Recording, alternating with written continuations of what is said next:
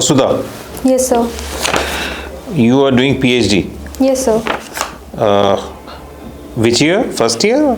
Sir, I've currently enrolled myself in November. November.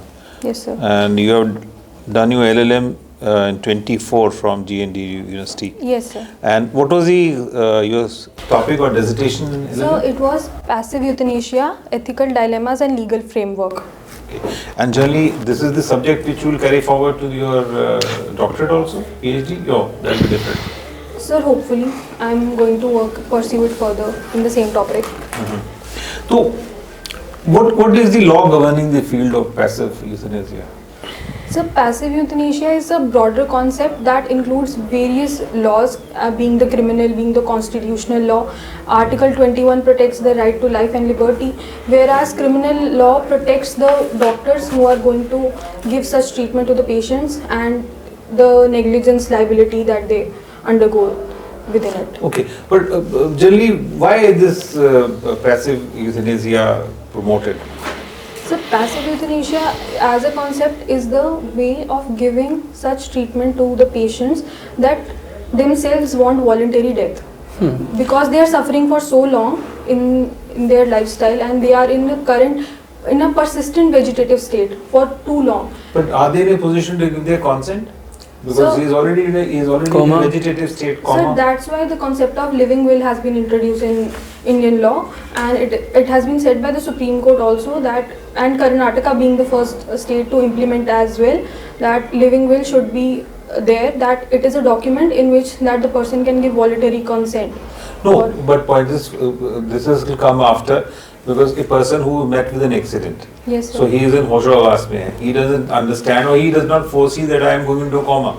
Yes, sir. Because, but who in his right senses, having met an accident, will do a living will, look, if I go into a coma, then please. Or nobody is brave enough in that. Yes, sir. So, is that a working concept, ki living will? Sir, Or somebody else can sign that living will on his behalf? Sir, in certain cases there can be the legal इसकी court की intervention भी है, court की yes intervention sir, sir, court की intervention भी जरूरी है, judicial. So passive will is not, living will is not always a है. Still, if there is a will, still they have to get Sir, that. it is not mandatory as It's not a such. mandatory. Yes sir. LLB जो है which year 2023 23. Ji sir. तो ये जो reorganisation act है of 2019 Yes sir. जब आपने BSc किया था, Yes sir. What does this talk about? Sir, Jammu and Kashmir reorganisation act of 2019. Sir, J&K reorganization gave the direction of conform. So. Please, आराम से. Sir, they transformed the state position to the union territory position and defined the categories that how many seats should be there for the Ladakh as well as the J&K union territory. ठीक, आप अपने profession के हिसाब से बतलाइए कि ये क्या define करता है यहाँ पे as far as law is concerned, various laws which were in force at that time. Sir, constitution. अब कितने हैं, रह गए हैं, क्या हुआ उनका? उसका भी ना कुछ एडेप्टेशन कुछ है वो. सर, कॉन्स्टिट्यूशन के हिसाब से अब वेरियस यूनियन टेरिटरीज में अब सेंटर बेस्ड प्रोविजंस लगेंगे. I am talking about State law. State laws. Jammu and Kashmir reorganisation act दो बन गई ना, ये मैं Yes, आपको हिंट दे yes, देता हूँ. एक बन गई लद्दाख, एक बन गई जेके. Yes, वो sir. बन गई विदाउट लेजिस्लेचर और ये बन गई With legislature. तो कुछ लॉज जो है वो ऑलरेडी एनफोर्स थे यहाँ पे, जो Yes, sir. स्टेट लॉज थे. Yes sir. What happened to them, और अब कौन से लॉ हैं? पुराना लॉ कोई है कि नहीं है, ये मैं पूछना चाहता हूँ. अब तक कोई सेव किए या जो हमारे यहाँ अपने सर, अभी कुछ लॉज तो आपने प्रोफेशन आपका ऑप्शनल भी है वहाँ कुछ. Sir, J&K Revenue and Land Acquisition and Rehabilitation Act is there, and some of the acts have been repealed as such, and they have been overtaken by the central laws. Like Ranbir Penal Code has been removed, and for that BNS is there, and many ठीक है, other. ठीक अच्छा. ठीक है, ठीक है, ठीक. Original 3 schedule लग गए और उसके बाद अडेप्टेशन होते हैं, adaptation because reorganization itself provided कब होगा कि ये? with पता है उसमें टाइम लिमिट शायद फिक्स है कि नहीं, वो भी देख लीजिएगा। है फैक्ट है 2 साल या 3 साल तक कि कानून को अमेंड करने के लिए you have to go back to parliament, but वो पावर उन्होंने डेलीगेट कर दी एग्जीक्यूटिव की। Executive mean minister of home affairs को।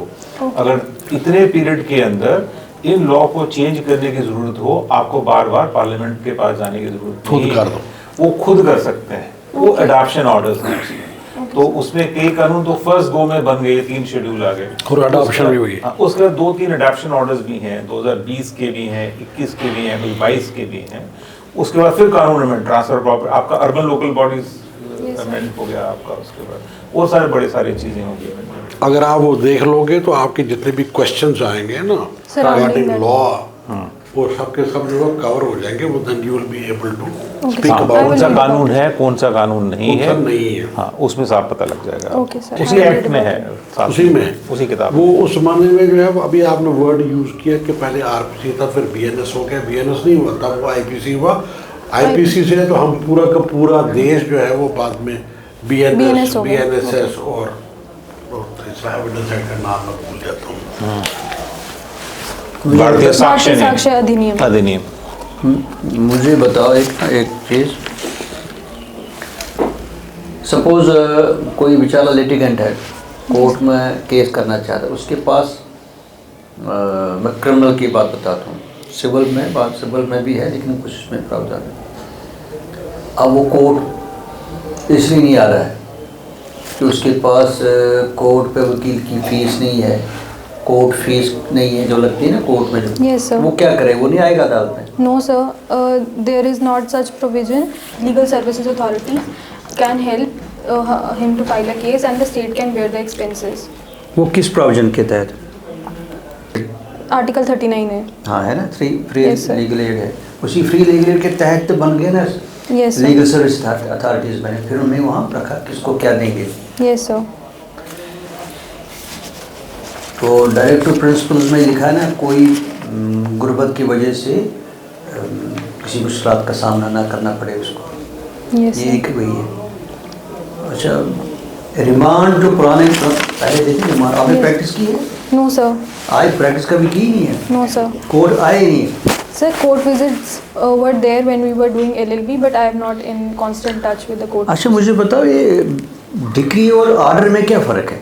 Sir, decree conclusively determines the rights of the parties. मतलब Whereas, for example sir, these are divided into दो तरीके की डिक्रीज होती है। एक प्रीलिमिनरी डिक्री होती है, एक फाइनल डिक्री होती है। फाइनल डिक्री में कंक्लूसिवली राइट्स प्रूव कर जाते प्रिलिमिनरी हैं। में नहीं होता है?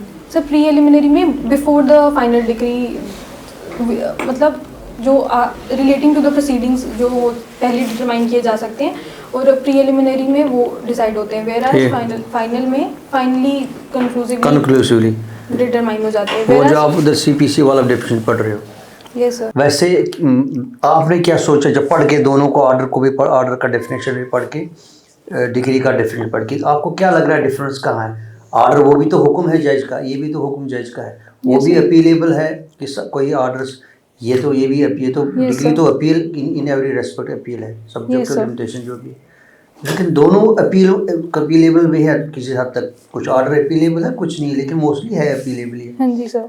तो दोनों तो डिसाइड करता है कोई राइट्स ऑफ द पार्टीज किसी हद तक, फर्क क्या है फिर डिग्री उसमें? सर, दोनों फॉर्मल एडजुडिकेशंस हैं, बट वो कंक्लूसिवली करते हैं decide merit rights of the party. Yes sir. ये आप कह रहे हो? Yes sir. अच्छा मुझे बताओ दूसरा, जजमेंट क्या है? Sir, judgment is defined under section 214. It is a reasoned statement given by the judge based on the decree. ये आप सिविल जजमेंट बोल रहे हो? Yes sir. ठीक है। कॉग्निजेबल ऑफेंस किसको बोलते हैं? Non Sir, where a cognizable? police officer can arrest without a warrant and the offences are given under the first schedule of भारतीय नागरिक सुरक्षा संहिता. क्या प्राइवेट आदमी किसी ऑफेंडर को अरेस्ट कर सकता है? Yes sir. क्या करना पड़ेगा उसको? सर, जब भी उसे कोई प्रोक्लेम्ड ऑफेंडर या हैबिचुअल ऑफेंडर उसे दिखता है, या कोई भी नॉर्मल ऑफेंडर, कोई नॉर्मल ऑफेंडर उसके कॉग्निजेबल ऑफेंस कर रहा है उसकी प्रेजेंस में, तो उसको अरेस्ट कर सकता है और विद इन 6 आवर्स उसको प्रेजेंट करना पड़ता है पुलिस स्टेशन में। ठीक।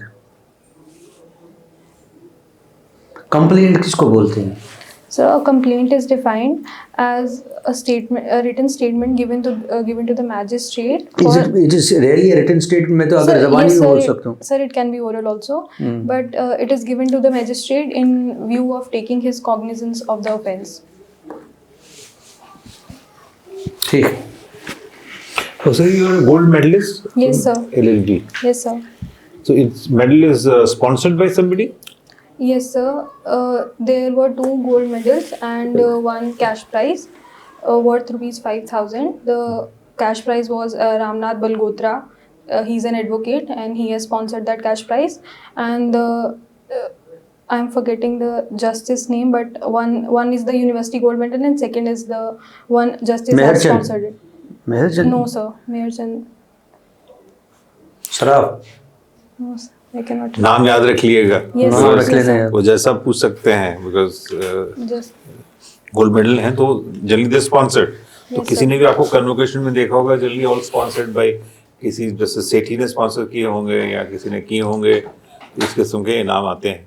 तो you should know about the person who sponsored and specially अब लॉ के हैं तो लॉ की फील्ड से ही होंगे जज होंगे या सीनियर रामनाथ बलकोत्रा. हाँ था.